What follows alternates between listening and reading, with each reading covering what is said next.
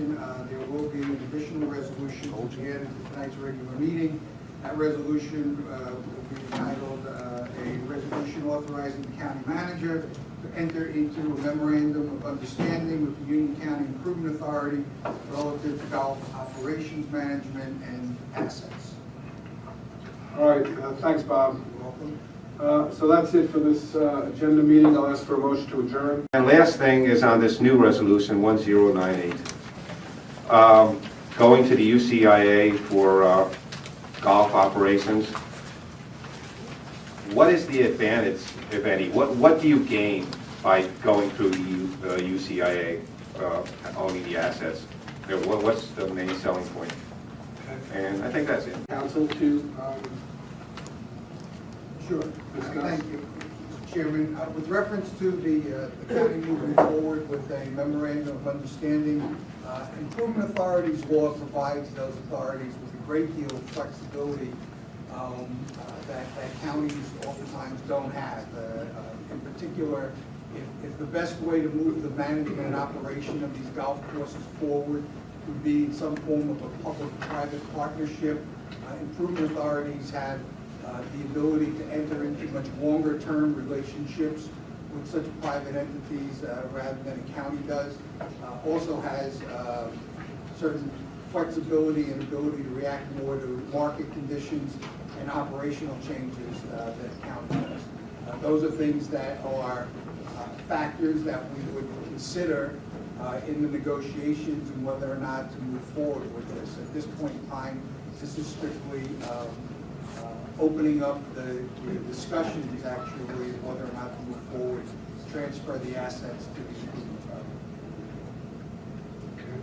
Authority. UCIA, as far as being flexible in going through operating golf through there, couldn't the whole county be run through the UCIA? I wonder if there are any limits. Like, could you run the jail through it? Could you run runnos through the UCIA if you're going to run golf through it? Here comes some good stuff. Because I've looked at UCIA billing, and there's a law firm, Dakota Fitzpatrick, that gets $1 million a year, and some of it is like for the Linden Library, which has been built.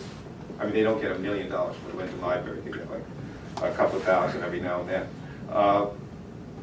That every project seems to have this little Dakota's big in there, and I don't know if that's a reason for it, but I think the reason is there's something with the budget. That is, lease payments to the UCIA. UCIA aren't considered debt, and they could be, well, they aren't considered debt officially, but they could be debt for purposes of the cap. Is that it? That is, will golf payments made to the UCIA be exempt from the cap in any way? And so that's basically the two-parter. Like, can theoretically the Improvement Authority run everything? Is there anything they can't run? And is the real reason for this to get around the 2% cap? And all right, and that's it. Hi, Bruce. All right, I'll put it up to the county council for comments on that, the county improvement authority.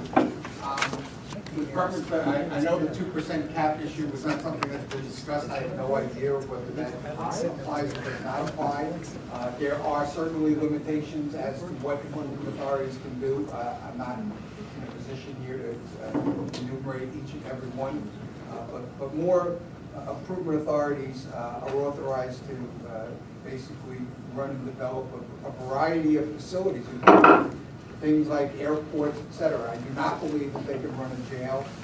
They certainly can run solid waste operations. They have the ability to construct public facilities and operate public facilities, but not overall general services such as those provided by the county in social services, recreational areas, things like that. I'm sure the first question was intended to be clever or humorous on some level, but